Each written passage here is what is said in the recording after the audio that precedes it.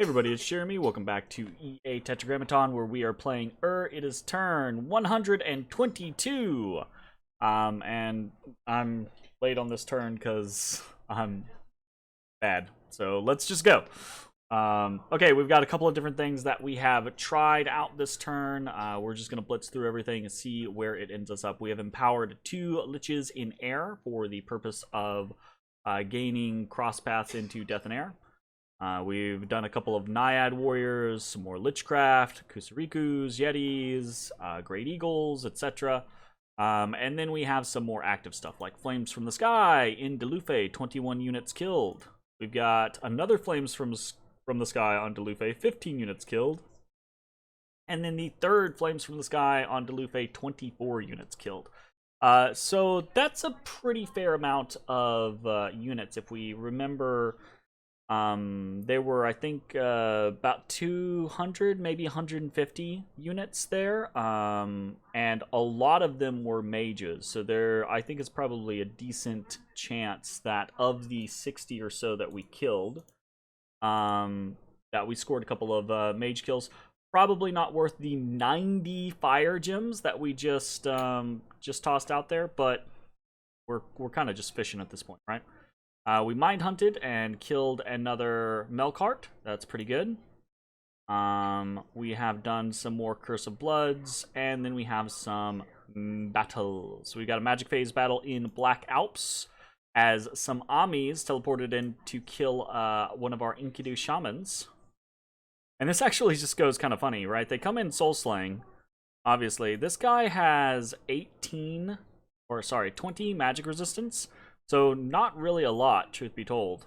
But I think one of these guys is on the wrong script, right? This guy is astral shielding. The other one soul slays. This one is doing personal luck. So I think this guy actually is probably just set to cast spells, which means this is kind of just a lucky scenario for us, right? Had that guy been set to Soul Slay, it is likely that we would have gotten got. As it is, we end up getting paralyzed. But ultimately, we come out of the paralysis, and since they're both off script now, they're both just casting buffs and Mind Burn. I think this is a very silly situation. The AI, when it gets to the fatigue point, it wants to use the kind of lowest, most effective spell it can think of. So in this scenario, rather than casting Soul Slay and just having fewer Soul Slays because you go over the fatigue point, the AI just does Mind Burns and paralysis whenever he's unparalyzed, basically. But this results in, I guess a couple Soul Slays do come out. This results in Enkidu Shaman 40. Killing 2 Amis. And these Amis are fully kitted out with Starshine Skullcaps. I say fully kitted out. They're kitted out as much as they should be, right? 20 pearls worth of gear on each of them, which is pretty cool. So, nice victory there for us. And on the flip side, we get teleported on by a single Ami, and we straight die. So this one just basically does exactly what it's supposed to do. We're even starting up with Iron Will. We get the Iron Will off, but this one doesn't have the Amulet of Anti-Magic, so we're still just sitting at 20. And save. Last one kills us. Very unfortunate. We did some blood hunting, cool. We lost Ross, and then we have a bunch of battles we'll just flip through. We attacked in Anglavania and won. And then immediately got hit. Our force was beaten by Lanka. So we keep having these bumps with Lanka that are kind of annoying, but it's whatever, it's fine. Right? We got bumped back to Modern Wild. Then we attack into Behemoth's Rest, kill some basic PD, nothing big.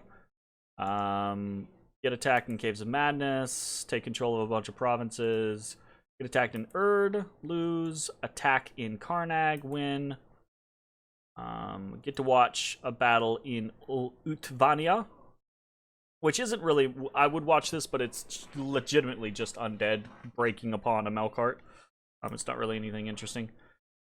We have an attack from these... You know what? Actually, I can take a look. So this is Andoria, right? So they moved from Delufe into Andoria. And we can see what we've got going on right here. Let me pull up the other video real quick and double check how much damage we actually did to them.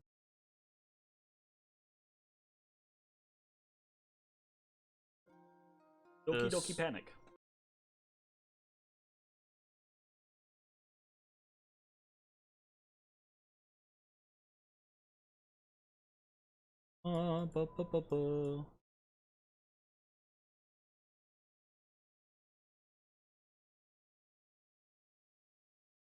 Got quite a bit more. Aha, here we go.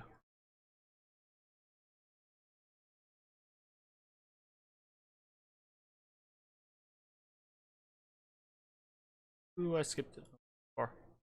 I went too far. Okay. Alright, actually not that great a run, it looks like. So, we did about 60... Killed about 60 units. It looks like 4 of those were Achas. We killed 8 Amis. None of the Baals, none of the Horite Shamans. Did not kill the Melkart. Didn't kill the Ketasats. Didn't kill Dawn Guards. Didn't kill Inky's Chosen. Killed 1 Enkidu Spear Guard. None of the Fire Snakes. 7 of the Living Statues. Most of the Long Dead. 25 of the Long Dead. None of the... I'm assuming... I don't know if he moved people in here. I don't know. We killed some of the Rephites. Killed most of the Maziks. Killed 2 of the Raktapatas. Killed 1 of the Urguards. So, we did some damage. We definitely did some damage to the actual, like, mage core there. We killed, what? 12 mages. Not really what I would say is worth, you know, 90 fire gems, honestly. But that does quite drastically reduce the efficacy of this force. So that is something. To the point to where I'm drastically less worried about this force itself, right? So that's good. Basically, I'm less worried about him coming in and actually winning a battle here in Pangaea. Okay, what else? We took control of Sciatica. We attacked in Modern Weld in 1. We attacked in the fortress of Halbathria. And there were just some Blackhawks here. We easily won this battle. We got attacked in Cracked Earth. Unlost, of course. And this is really annoying, right? So this is as we were moving our Vampire Lord into here into Cracked Earth with the intention of heading to Belagor. And the whole goal there was that we were going to, you know, that we were going to head down to Belagor and start another blood hunting operation there, and, you know, it got destroyed.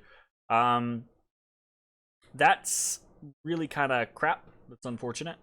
But it does make me have to keep that in mind, right? If we're going to go to Belagor, we're gonna, with Ghost Armada up, we're going to need to have way more investment there in order to actually be able to patrol it.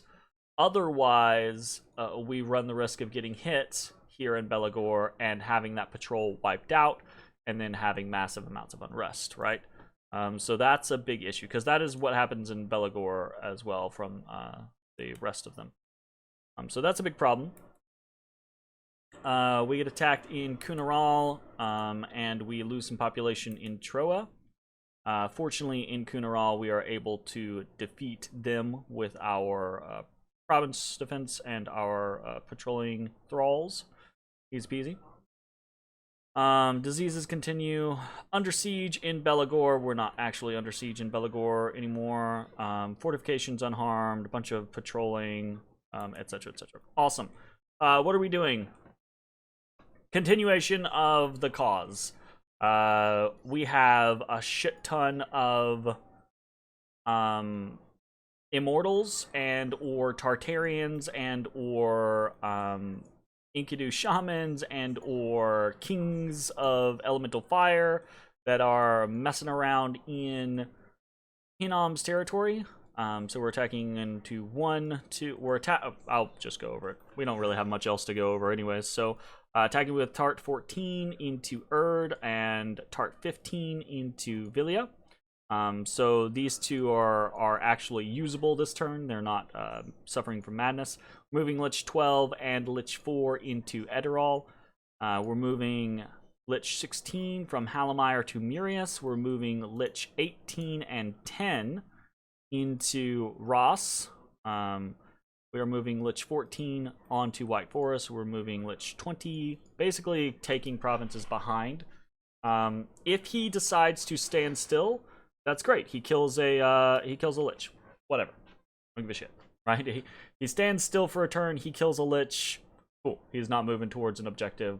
That's fine. We are moving Gudu 71 and 271 and 275 into the range of shadow with some air gems. Just gonna summon some air elementals and try to take over this location. Lich 2 is heading into Resting Heights. Lich 5 is heading into Pangea. We are moving units from Pangea or from Carrion into Pangea. Isham 40 and Piraflogos are pulling back ever so slightly. I don't want to get them too terribly extended. They can probably pretty easily get killed. And I don't want to have to... I don't want that. So... I think we want to alter to be Iron Will first, Iron Skin second, Temper Flesh, Strength of Gaia, Power. Fine. We are moving an elder. We're moving a bunch of elders around. So we're moving elders from Monarch Woods into a bunch of different locations. Moving elders into Gibernia. Moving elders into trying to go into Belagor, right? Moving elders into Coast Haven so we can pull some troops back, etc. And this is just trying to, we have these elders. They are very cheap, right? But they do cost us upkeep, so might as well either have them try to do something, i.e. have them try to boost up the PD in newly conquered lands, or just kill them off, right? Whatever. We are moving a mass of troops, kind of a small army, onto Rafabolia. I don't know, I think he has enough forces here to repel the invaders, but we'll see, right? And then we've got a mix of different scenarios. So some of our units, for instance, we're moving Nazar II back over to Tirnanog. Most of our units, though, are preaching here in Halbathria. We have a couple of units moving right from Halbathria over to Olentova. And this is specific. This guy is moving because he can jump from Olentova to Pangea in case he needs to be a part of the fight here in order to perhaps cast high-level air spells, etc., etc. High-level air is something that we don't have a great access to at the moment, primarily because our air gems have been going to other things. But over the course of the next couple turns, our plan is to probably forge a couple more winged helmets, as well as some bags of wind, so that we can have a handful of Ugalus that are base 5. So that'll be useful for us. We are also moving a couple of different people around and about, but for the most part over here, we are we're just preaching, right? We're kind of just taking an additional turn to consolidate, preach, get our dominion. Here we talked about what we were doing previously, right? The concepts of trying to take victories where we can and slowly but surely push our border forward. We're choking out him. We are being successful at it. As we can see, right, we are whittling away his ability to pay for things. He has very little income. You got to think half of the territory like he has right here is mostly useless territory because it's been blood hunted down to almost nothing by Mictlan previously. And then other than that, he's just kind of confined to his original lands, which he's done quite a bit of blood hunting himself. So, and not only that, right, on top of the blood hunting, he's also done those cataclysms, those earthquakes affected him just as much as they affected the rest of us, right? That's something to worry or think about as well, right? So we are continuing to push. We're continuing to look for opportunities. We are pulling our mind hunting at the moment because we've known the option of Shademail Hobberkin, Astral Mages has been out there. One, I didn't have any targets that I considered to be really, really good. There was this guy, basically. But rather than do that, rather than mind hunt him, we're going to try to do our Air Gudu Cloud Trapeze scenario again in order to test that scenario out and see if 3 Air Gudus with Air Elementals is a good enough guarantee to fuck up a Melkart, basically. And I think we'll probably have a relatively decent success, but if we don't, that's fine. No big deal.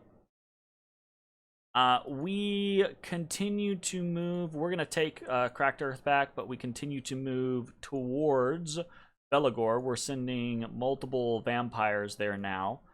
And we're going to take some time, basically, instead of moving a bunch of units there. We're probably going to generate our own thralls there for a little while, basically, is what I'm saying. So we might have a period of inactivity. Probably what we'll do is we'll have some of the individuals, for instance, like this Mound Fiend, who is repeatedly summoning, or this guy who is currently making stuff. We will probably swap them over to people that are here in Belagor until we can get units here to patrol things down and actually start a blood hunting operation. That will take our blood hunting operations up to 4 different locations, and at the amount of blood slaves that we're currently getting, we're doing pretty good. So actually, let's talk about what we're doing with those blood slaves. We've got, I think we're getting enough blood slaves to the point to where we can do a Curse of Blood every turn.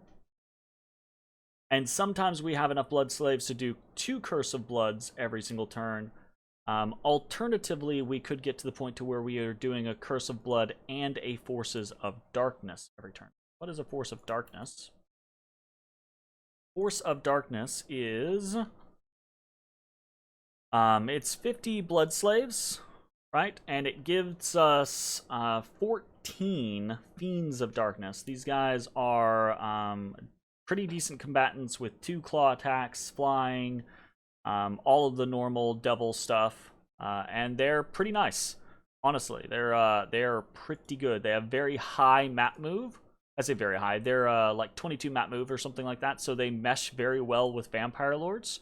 So what we're looking here as an opportunity is basically the ability to take these, take a good amount of our blood slaves and start putting those towards Fiends of Darkness. to give us some better, what's the word I'm looking for here? Better rating opportunities, right? 14 Fiends of Darkness with a vampire is gonna beat just about any PD. Like a vampire already beats 90% of PD, right? You add in some Fiends of Darkness into the mix, and there's basically nothing that PD is going to be able to do. Or right? Again, we continue the ever push towards non-upkeep cost units, non-upkeep infantry, which we have been producing in a number of different locations. Yetis are one of the main ones, but also Kidnids now. We are holding on Great Eagles, though I think Great Eagles are a very good option as well. Again, multiple attacks, very high HP. Fiends of Darkness are kind of like less robust Eagles, basically. So, looking forward to that. Anything else crazy going on? We're producing a lot of gear, as we have been. We're forging the Ruby Eye this turn. I've been trying to remember to get into the Legendary game. We didn't forge anything last turn. That was my bad. We'll try to keep a lookout on opportunities. We're starting up our Corpseman construction in and in Pangea. So that should be good. Gonna, you know, with every cast and a full complement of those, we get 6 corpse constructions. So it's very easy to get a decently sized army of corpse constructions. And the corpse constructions aren't great combatants, but they have pretty high strength and they have pretty high health. So they take defensive buffs fairly well, right? And then it's pretty easy to siege with them, so that's also pretty good, right? Again, this suits us for other reasons than just Corpseman construction. We didn't just spend 100 air gems just so that we can Corpseman construction. We did it because now this gives us the air death cross path, which means winds of death, wailing winds, those types of things, which are going to be very useful, right? Those are things that the enemy has not seen us pull out before, so they may not be prepared for that type of scenario. Especially if this army in Andoria is intent on fighting us on our home turf, right? Then we could have a pretty severe advantage with something like Wailing Winds, Blood Rain, that type of stuff, because we'll have bonuses to morale in our own territory, basically. All right, we're also doing a couple of different things. We're forging some more endless bags of wine than we normally would, because again, I keep running into the issue, so we're just going to take care of it. I'm just going to go ahead and Trackless Waste Army is going to go down to 0. This army is going to go down to 0. This army is going to go down to 0. Every army. So I'm going to focus on that over the course of like the next 5 turns or so. I'm going to produce probably way more than I need in an effort to make sure that every large force I have goes down to 0. Pretty much. So that should be simple. We're also forging some Shambler skin armor in order to go into the water. Here in Goodwater. We have rings of water breathing, but most of those are being used by individuals like our Ishib 87, right? Or have been lost, or the other big thing is I want to send Ishibs underwater, but I want my Ishibs to have water bracelets and water lenses. So how do I do that? Okay, well, by giving them a Shambler armor instead of a water bracelet. Or a water breathing ring. So that should be a pretty simple solution for us. Continuing to do all the normal things that we're doing, like summoning Lichcraft, summoning Kusarikus. We are forging, and this is, we might not continue to do this forever, but we are going to forge some black bows of Bolthoff. and we are forging some Eyes of Aiming. We're looking to utilize the opportunity. I don't know. Most of the time, I think our enemies are managing to put up, what's it called? The mass air shield, basically. Arrowfend. Most of the time, I think Arrowfend is going up, but I actually think that that there's been a time or two. I could be wrong, but if I'm recalling correctly, I think there's been a time or two when Arrowfend didn't go up, and that's primarily because I, as a nation, am not really packing a lot of archer fire or even really compared to like other nations, I'm not really packing like a lot of projectile spells. Truth be told, I guess if I have like a large force of Earth Gurus, we get pretty into what is it? Not Iron Blizzard. We don't have Iron Blizzard, but yeah, you know what I'm talking about. But if we get into a situation where we can potentially get some shots in, even if they do have Arrowfend up, it's 80% of the time. It's still 20% that we can get some shots through. Black bows, right, have decent range. We'll take a look at this. They have 45 range, right? And they have Feeble Mind on their hits, right? So that's pretty good. If you have them on aim, I think you can put them on like Fire Commander, right? You can occasionally dink some people with this and fuck them up, basically. So we could get lucky and snag some shots on some Baals or even on like a Grigory or something like that. So it's just it's unlikely to happen, but it's a potential option. Anything else? I don't really think so. I think that's the main stuff that we have been doing this turn. Bunch of water lenses, water bracelets, coral blades, all of that good stuff. Armor of Knights, Amulet of Anti-Magic. We're basically trying to get up to it's basically every turn I end up using a set of armor, and then I'm like, I'm just going to get up to this many sets of armor. So right now we're just aiming to get up to 2 sets of armor. And then we're going to let this sit, and we're going to start focusing on other items. You can see we've got a large stockpile of various items, but a lot of these get used on any given situation, right?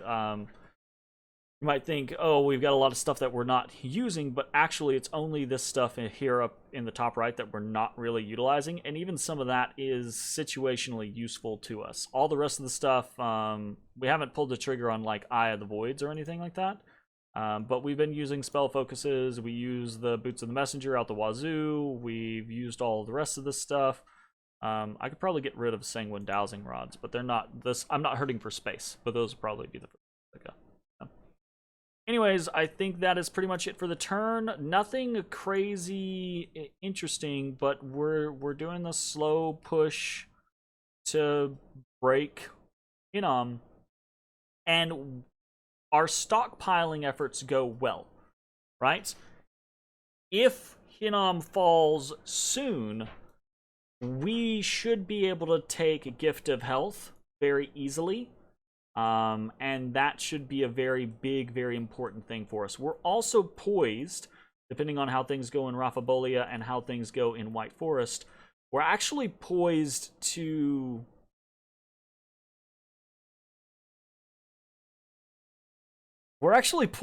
just turn on Lanka and take Jabal Kish back, right? Like if in the next 5 turns I take Raphabolia, I take White Forest, right?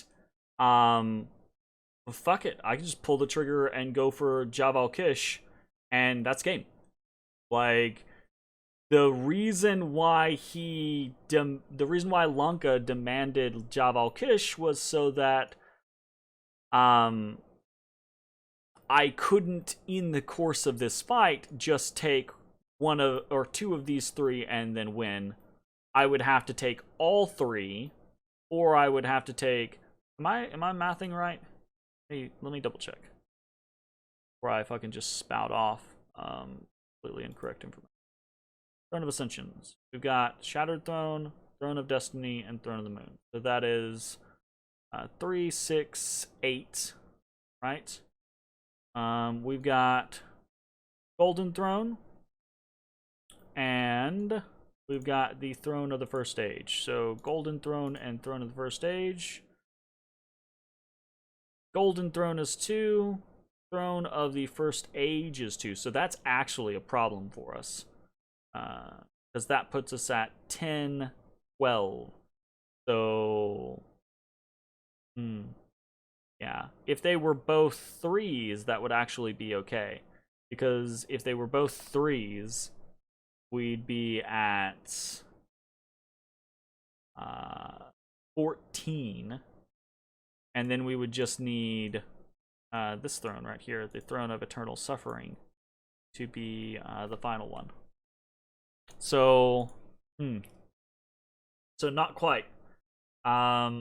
We would need, so yeah, we will need all 3 of the thrones over here. So, all right, that's a longer proposition. Fuck. This is the Realm of Silence. Wait, no, that's not a fucking throne.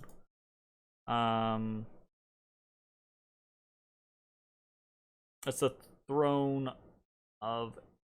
It's one of these 3. I didn't realize he still had so many thrones. Throne of Life, Throne of the First Age, Throne of the Sun, Throne of the Air, and Golden Throne. He's got 3, 4, 5, 6, 7, 8, 9, 10, 11. Okay. Oh.